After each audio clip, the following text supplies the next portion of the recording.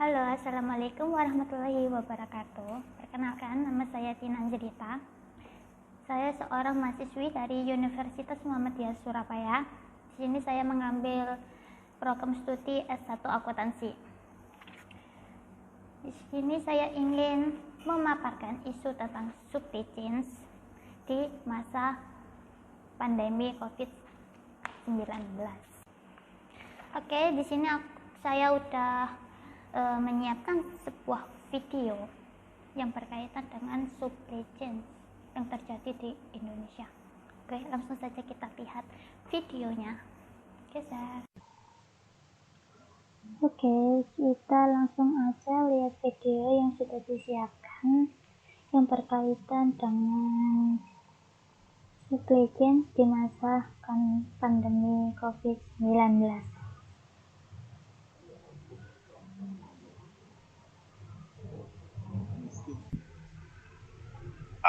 Masih sama masalah klasik gitu ya, biaya tinggi, banyak pungli,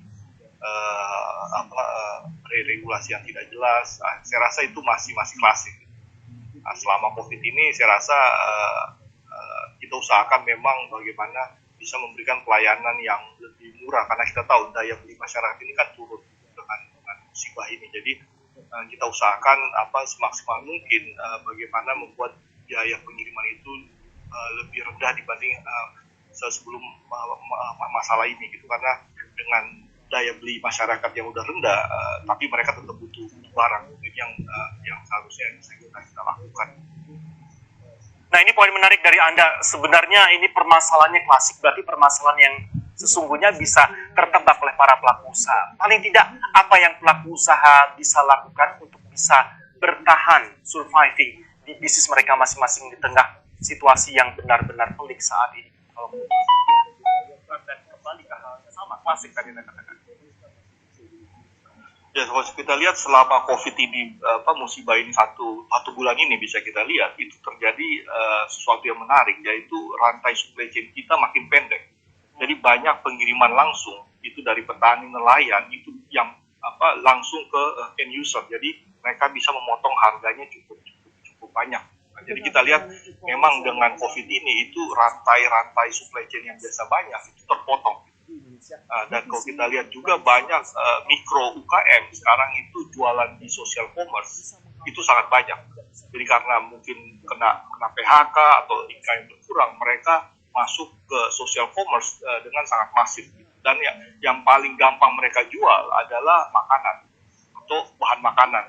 Dan saya rasa ini suatu fenomena yang menarik, karena selama ini kita tahu di Indonesia ini kan bahan makanan ini rantainya sangat panjang dari petani ke pengumpul dan ke bulog dan lain-lain. Dengan kondisi COVID ini itu banyak rantai yang bisa kita potong dan kita bisa memberikan harga yang lebih murah kepada end user langsung, karena semua toko sekarang kan bisa bilang tutup semua intinya. Jadi ini adalah kesempatan yang kita bisa pakai bagaimana bisa membuat UKM kita, petani nelayan kita itu bisa menjual barangnya langsung ke end user.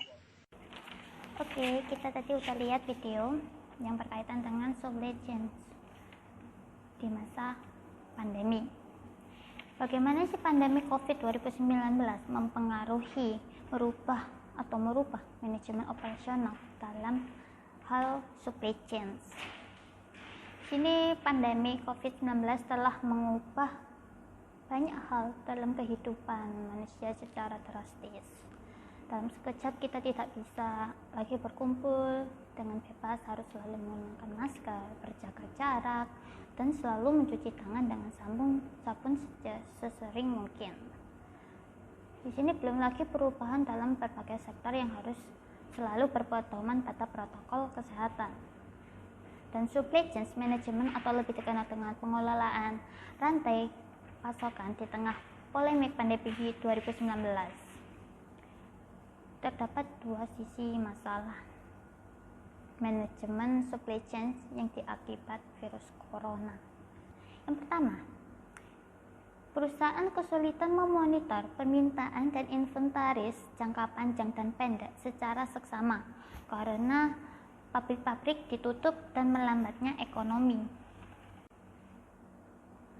Dalam hal ini, Banyaknya penutupan pabrik, toko, perusahaan, dan UKM berdampak langsung antar pelaku usaha tanpa suku cadang dan logistik yang baik yang diperlukan untuk memuat bahan dan mengirimkan produk. Banyak pabrik hampir tidak dapat memproduksi atau tidak memiliki tempat untuk menyimpan produk mereka. Hal yang sama juga berlaku di Indonesia, di mana proses rantai pasok terhambat, di mana terjadi penurunan tidak hanya pada produksi, tetapi juga pada rantai pasok logistik. Menurut video yang tadi kita lihat, logistik menurun sampai 50%. Di sini penurunan ini karena terbatasnya armada transportasi. Di sisi lain terdapat lonjakan permintaan melalui e-commerce yang menjadi pilihan terbaik bagi masyarakat untuk tetap dapat memenuhi kebutuhannya. Kenapa masyarakat lebih memilih e-commerce? Karena e-commerce kita tidak perlu kontak dengan si penjual dan si pembeli, jadi kita bisa terhindar dari COVID-19. Tetapi di sini meningkatnya permintaan dari e-commerce membuat stabilitas rantai pasok berjalan mulus saat pandemi COVID-19 di Indonesia. Hal ini disebabkan pembatasan regional yang ketat dengan penerapan protokol kesehatan yang menyulitkan rantai pasok untuk memenuhi kebutuhan masyarakat. Keterbatasan bahan baku dari pemasok juga menjadi faktor penghambat rantai pasokan. Terus ada berkurangnya tenaga kerja akibat berkurangnya pendapatan perusahaan dalam menjalankan proses produksi yang menyebabkan kelangkaan supply chains dan permintaan yang terus meledak dari waktu ke waktu. Namun jumlah pertumbuhan rantai pasokan masih cenderung menurun, yang merupakan masalah krusial yang harus diatasi untuk meningkatkan pertumbuhan rantai pasokan dan stabilitas ekonomi di Indonesia menjelang periode normal baru COVID-19. Di sisi lain, yang kedua, pengusaha retail mengalami kekurangan inventaris karena pelanggan cenderung membeli dalam jumlah banyak untuk meminimalisir kontak di ruang terbuka. Jadi untuk menjamin keberlangsungan ketersediaan rantai pasok, pelaku usaha memerlukan kajian pemetaan rantai pasokan yang baru, baik permintaan maupun pasokannya. Salah satu hal yang dapat dilakukan dalam menjamin keberlangsungan rantai pasok yaitu dengan membangun sistem logistik yang baru. Dalam hal ini membutuhkan perencanaan dan persiapan yang matang serta pendanaan yang besar. Maka sebaiknya upaya itu dibarengi dengan pemanfaatan sistem distribusi yang sudah berjalan.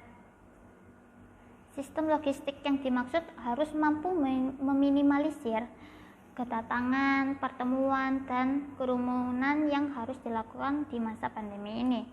Proses pemesanan dan pembayaran dapat dilakukan dengan sistem online. Jadi begitu pemaparan dari video di atas.